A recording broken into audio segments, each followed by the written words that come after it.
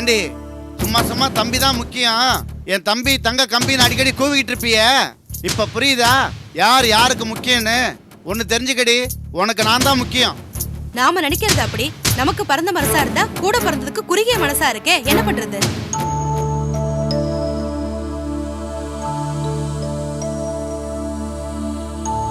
அக்கா, நீ ஏன் இந்த மாதிரி பேசுறது நல்லா புரியும். நான் பேசுனது தப்புதான், தயவு செய்து மன்னிச்சுக்க. மாமா சாரி மாமா. நான் ஏன் இந்த மாதிரி பேசினேன்? நான் இப்படி பேசுனதுக்கு நீங்க தானே காரணம். நான் இந்த மாதிரி உங்களை பேசுற அளவுக்கு நீங்க என்ன தூண்டி விட்டீங்க. நான் பேச நினைச்சு எனக்கே வருத்தமா தான் இருந்துச்சு. மறுபடியும் சொல்றேன் மாமா, என்ன மன்னிச்சிடுங்க. ஓஹோ, சாரி சொல்ற மாதிரி சொல்லி சைடுல எங்களை குத்தி பாக்குறியா? தேறிட்டடா கோபி, நல்லா தேறிட்ட. அந்த பேச்சை அத்தோட விட்டுருங்க. மறுபடி இதை பேசிட்டு இருந்தீங்கன்னா இது விதண்டாவாதம். தேவையில்லாத கேள்விக்கெல்லாம் என்னால பதில் சொல்ல முடியாது.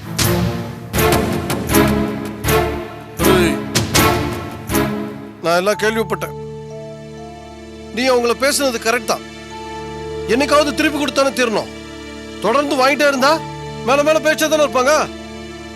இப்போ நீ கொடுத்ததுல கொஞ்சம் அடங்குவான். இல்லப்பா, நான் பேச நினைச்சா எனக்கே கொஞ்சம் வருத்தமா தான் இருக்கு. விடுற, இந்த பார், ரூமுக்குள்ள விஜய் அழுதுகிட்டே இருக்கு. முதல்ல அதை போய் சமாதானப்படுத்து. வீட்டுக்கு வந்த பொண்ணு அதை அழவிடக்கூடாது. போ போப்பா, நமக்கு தான் தெரிஞ்சதானே, போ.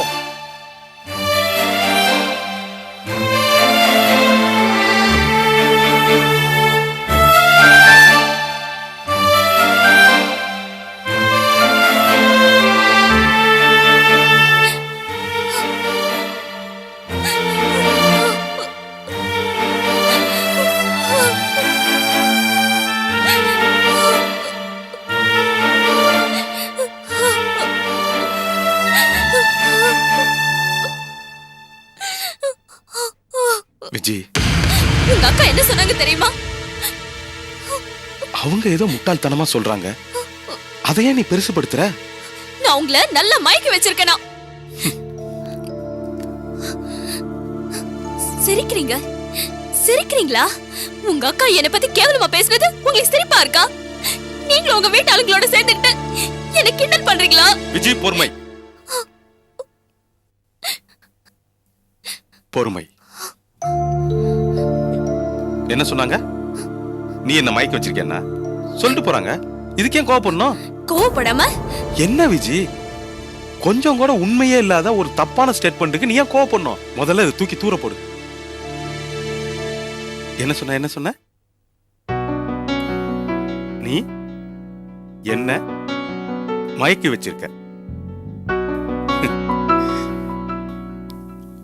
அவங்க சொன்னது சரியா தப்பான்னு மத்த எல்லாரையும் விட உனக்குத்தானே நல்லா தெரியும்.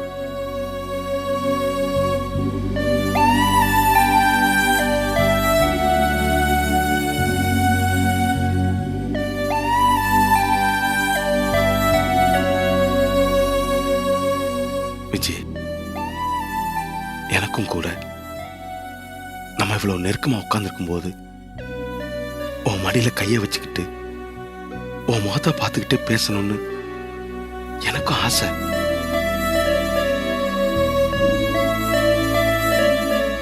நம்ம நிலைமை அப்படியா இருக்கு. நீ என்ன மயக்கி வச்சு, சரி அதை விடு. இங்க பாரு, இப்ப நான் சொன்னது எல்லாமே எதையோ சுட்டி காட்டணுங்கிறதுக்காக இல்ல. நம்ம ரெண்டு பேருக்குள்ள என்ன நடக்குதுங்கிறது நம்ம ரெண்டு பேருக்கு மட்டுமே தெரிஞ்சா போதும். மத்தவங்க யூகத்துல ஏதோ ஒண்ணு சொல்லுவாங்க, அதையே நம்ம பெருசுப்படுத்தணும். அவங்களுக்கு ஏதோ ஒரு டென்ஷன் பேசிட்டு போறாங்க, அந்த டென்ஷன் நமக்கு வேண்டாம். நம்ம ரெண்டு பேரும் இங்கேயே எப்பவும் மாதிரி ஃப்ரீயா இருப்போம். என்ன?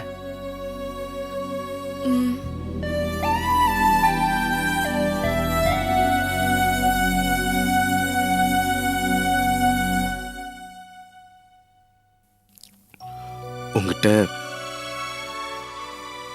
இன்னொரு விஷயம் பேசணும்னு நினைக்கிறேன்.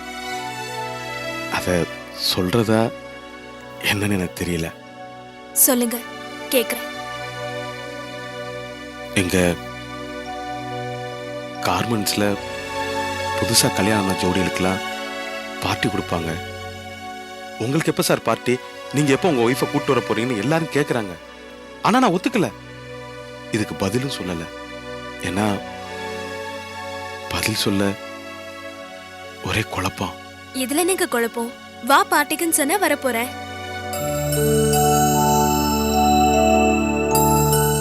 நிஜமாவா சொல்ற? ஆமா. கார்மெண்ட்ஸ்ல பார்ட்டிக்கு போலாம் நான் சொல்றேன்.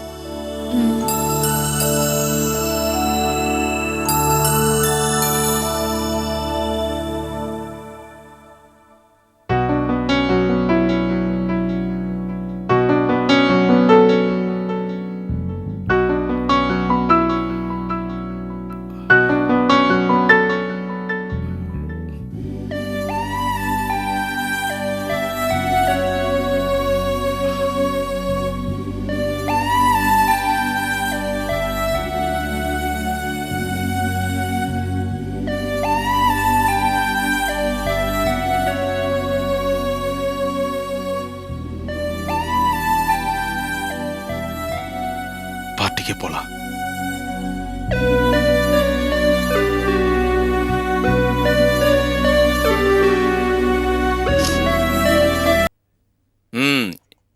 என்ன போஸ், டிரைவ் வீட்டில் எப்படி கவனிப்பெல்லாம் நல்லா இருந்துச்சா? நல்லபடியாக கவனிச்சுக்கிட்டாங்க. ரொம்ப நல்ல மனுஷங்க. அது சரி. லீலா உண்மையில கொடுத்து வச்சவ தான். நிஜமாவே நல்ல மனுஷங்க தான். ரவியோட அம்மா அப்பா ரவியை கூப்பிட்டு ஏய் எல்லா ஏற்பாடையும் பண்ணி கொடுறான்னாங்க. ரவி என்னை கூட்டு போய் ஹோல்சேல் கடையில் அறிமுகப்படுத்தி வச்சாப்புல. ரொம்ப நல்ல பையன். மாமா, விஜய்கா வீட்ல எப்படி கவனிச்சாங்க? ஓஹோ, கவனிப்பா, சூப்பர் கவனிப்பு. என்ன மாமா? அதான் அந்த சரவ மாமியா ராஜம்மா மாதிரி அங்கே 4-5 பத்திராளியை கடந்து அலையுதுங்க. எல்லாம் காலி அம்சம். என்ன மாமா சொல்றீங்க? அதே கேட்குற பவானி, எதை செஞ்சாலும் அது குத்தம் இது குத்தம்னு கண்டுபிடிச்சு வம்புலுக்கிறதே வேலையா போச்சு. எல்லாம் தேளுக மாதிரி. இதுல பெரிய கொடுக்கு யார் தெரியும்ல? அந்த லட்சுமணன் தான். உங்ககிட்ட எதுவும் சொன்னாங்களா? விஜயவ குடும்பத்துல ஒட்டுறதே இல்லையா, ஒரே கம்ப்ளைண்ட். இதை சொல்லணும்னா என் உடம்புல தெம்பு பத்தாது. அவங்கள விடு. கோபி எதுவும் சொன்னாரா? ஐயோ, அவர் தங்கமான மனுஷன். அவங்க எல்லாம் என்ன பேசினாங்க? அவர் என்னமோ நம்ம குடும்பத்து ஆளுக மாதிரி அவங்க குடும்பத்தை திரும்பி பேசிவிட்டாப்ல. அப்பா, அவர் மேல எந்த தப்பும் இருக்காது. இந்த விஜய் பொண்ணு மேலதான் தப்பு இருக்கும். அவ கொஞ்சம் விட்டேத்தியா தான் இருக்கா. வீட்டுக்கு வந்த மருமக இப்படி இருந்தா யாராச்சும் ஏதாச்சும் சொல்ல தானே செய்வாங்க. அவ அதுக்கு இடம் கொடுக்கலாமா? எல்லாம் போக சரியா இருந்தானோ. அதுக்கு இல்லப்பா, கட்டிக்கிட்டு போயாச்சு. அவதான் அங்க இருக்கிற 4 பேர்கிட்ட பேசி பழகணும். வீட்டுல இருக்கிற வேலையெல்லாம் இழுத்து போட்டு செய்யணும். அவளே விலகி இருந்தா எப்படி? மத்த எல்லார் வீட்டு விஷயமும் பேசுறீங்க. எனக்கு சரோக்கா ஞாபகம் வந்துருச்சு. நம்ம வீட்ல இருந்து யாரும் சரோக்கா போய் பார்த்துட்டு கூட வர முடியாத அளவுக்கு நிலைமை ஆயிடுச்சுக்கா. என்னடி பண்றது பவானி? நானும் சரவும் எவ்வளவு பாசமா இருப்போம் தெரியுமா? இப்போ ஒருத்தருக்கு ஒருத்தர் பார்த்துக்கவும் முடியல, பேசவும் முடியல. காலங்காலமா கடவுளை வேண்டிக்கிறேன், குழந்தைங்க எல்லாம் பிரியாம ஒத்துமையா இருக்கணும்னு, பேரம்பேத்திகளோட அனுசரணையா சந்தோஷமா இருக்கணும்னு. கடவுள் அது நடக்குமான்னு சோதிச்சு பார்க்கறான் போல இருக்கு. மாமா, நிலைமை இப்படியே போயிடாது, மாறும். ஏன் கவலைப்படுறீங்க? பாப்போம். ஆண்டவன் கைவிட மாட்டாங்கிற நம்பிக்கை தான். பாப்போம்.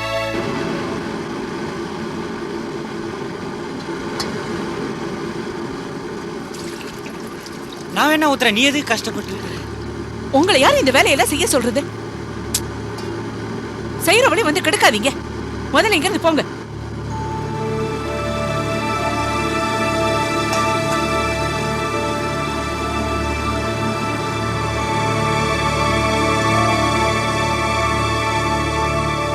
நர்மதா, அம்மா கூட நீ வேணா சமையல் வேலை உதவியா இருக்கலாம்ல. நான் வேணா கட் பண்றேன்.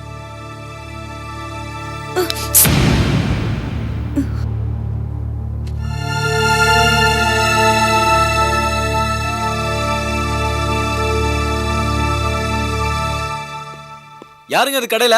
கஸ்டமர் வந்திருக்கும்ல, சாப்பாடு போடுங்க. நல்லா இருக்கீங்களா?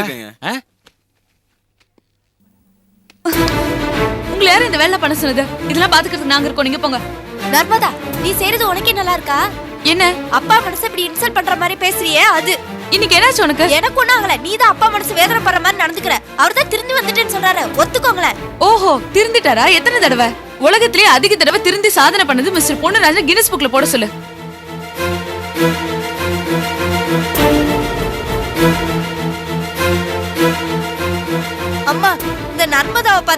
அப்பா மனசு வேதனைப்படுற மாதிரியே நடந்துட்டு இருக்கா. உங்க அப்பா கிட்ட வேற எப்படி பேசணும்னு சொல்ற? அம்மா அவதான் முன்கோவக்காரி, ஏதோ தெரியாம பேசுற. நீ கூட அப்படி பேசுற? இத பாரு மீனா, நீ சின்ன பொண்ணு, உனக்கு ஒண்ணும் புரியாது. உங்க அப்பா பத்தி உனக்கு முழுசா தெரியாது. நான் அவர்கிட்ட நிறைய பட்டுட்டேன், இனிமேலும் பட முடியாது. என்னால அவரை நம்ப முடியாது. அம்மா பழசெல்லாம் மறந்துருங்கம்மா. எப்படி மறக்க சொல்ற? கல்யாண வயசுல 2 பொட்ட பிள்ளைங்க இருக்குங்கிற கவலை கொஞ்சம் கூட இல்லாம, பொறுப்பு இல்லாம தினமும் குடிச்சிட்டு வந்து அடிச்சு வராச்சே. வீட்டுல குண்டுமணி தங்க சேர்த்து வைக்க முடியுதா? இவரை நம்பி ஒரு 10 ரூபா காசு வீட்டுல வைக்க முடியல, எடுத்து போய் குடிச்சிட்டு வந்துடுறாரு. ச்சே, இவ்வளவு ஏண்டி? உங்க அக்கா பெரிய மனுஷி அனுப்போ, அவளுக்காக பட்டு பாவாடை சட்டை வாங்கணும்னு ஆசாசியா நான் சேர்த்து வச்சிருந்த பணத்தை திருடிட்டு போய் குடிச்சிட்டு வந்தாரு. அவர் எப்படி என்ன நம்ப சொல்ற? சொன்னா கேவலமா இருக்கும். நீ பிறந்தப்போ நான் ஆஸ்பத்திரியில அனாதை மாதிரி கிடந்தேன். என்ன ஒரு தடவை அதை விடுமா, 6 மாசம் கழிச்சுதான் உன்னை வந்து பார்த்தாரு. பார்த்துட்டு இதுதான் நம்ம குழந்தையான்னு என்கிட்ட கேக்குறாரு. அவரை பத்தி சொல்லணும்னா இன்னைக்கு முழுக்க பட்டியல் போட்டு சொல்லிக்கிட்டே இருக்கலாம். உங்க அப்பா பண்ண கொடுமையினால என் மனசெல்லாம் மறத்து போச்சு. அதனால்தான் சொல்றேன், உங்க அப்பா திருந்தினேன்னு சொன்னா என்னால நம்ப முடியாது.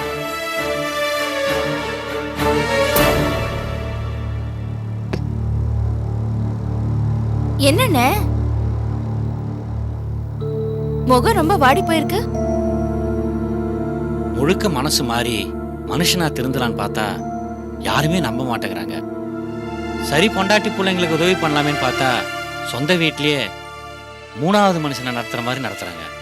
அதான் மனசுக்கு ரொம்ப கஷ்டமா இருக்கு. வாங்க.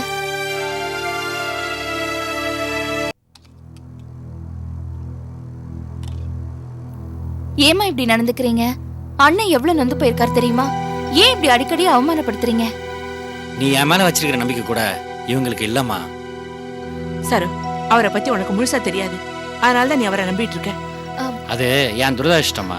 அது உங்க துரதிர்ஷ்டம் இல்லைன்னா, திரும்பி வந்தவங்கள புரிஞ்சுக்காம போனா அது இங்க இருக்கிற எல்லாரோட துரதிர்ஷ்டம் தான். சரோ, நான் அப்படி சொல்ல இல்லம்மா. நர்மதா கூட சின்ன பொண்ணு, ஆனா நீங்க அப்படி இல்ல. உங்க புருஷனை பத்தி உங்களுக்கு தான் முழுசா தெரியும். இப்ப கூட நீங்க அவரை புரிஞ்சுக்காம போனா அது உங்க துரதிர்ஷ்டம் தான். இவர் பலமுறை இந்த மாதிரி ஏமாத்திருக்காரேமா.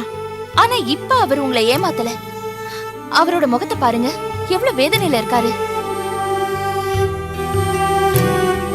எல்லாத்துக்கும் மேல இன்னொரு விஷயம் இருக்கு. முதலா தன்னை ஒரு தகப்பனா உணர்ந்து பொறுப்பா நடந்துக்கணும்னு நினைக்கிறாரு. அத நீங்க புரிஞ்சுக்காம உதாசீனப்படுத்தினா அது உங்களை நீங்களே ஏமாத்திக்கிற மாதிரி.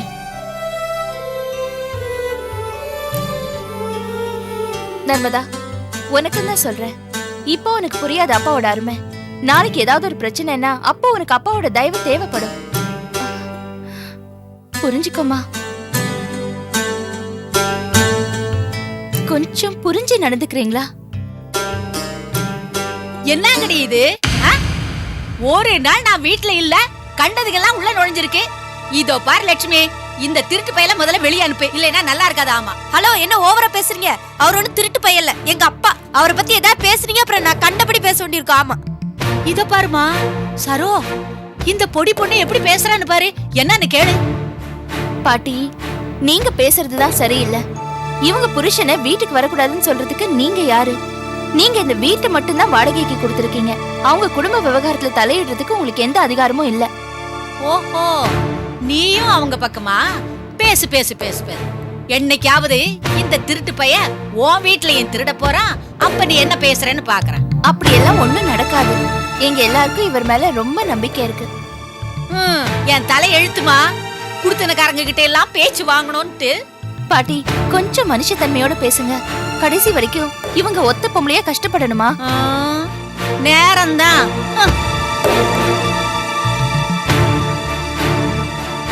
அண்ணே, நீங்க கவலைப்படாதீங்க. கொஞ்ச நாள் போகட்டும், எல்லாரும் உங்களை புரிஞ்சுக்குவாங்க. அது வரைக்கும் கொஞ்சம் பொறுமையா இருங்க. இந்த பாட்டி ஏதாவது பேசினாங்கன்னா அதை கண்டுக்காதீங்க. நான் வரேன்.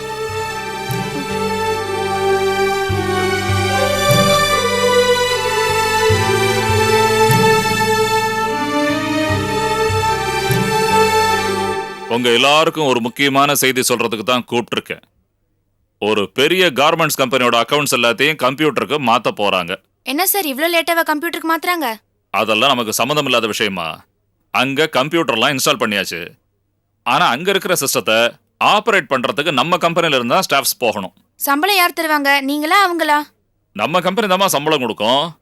நீங்க நம்ம கம்பெனி ஸ்டாஃப்ஸ் தான். இது நம்ம கம்பெனிக்கு கிடைச்ச ஒரு நல்ல அசைன்மெண்ட். நீங்களும் எக்ஸ்பீரியன்ஸ் கெயின் பண்ணிக்கலாம். எந்த garment sir? Queen Sheeba garments.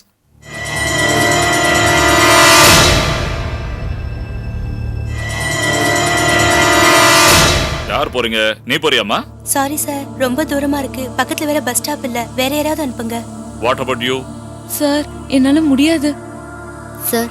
அந்த கம்பெனில நான் போய் ஒர்க் பண்றேன் சார். Very good. அப்ப நீ போய் ஜாயின் பண்ணிக்கமா. Thank you sir. கோபி, உன்னை பழி வாங்கறதுக்கு ஒரு நல்ல சந்தர்ப்பம் எனக்கு கிடைச்சிருக்கு.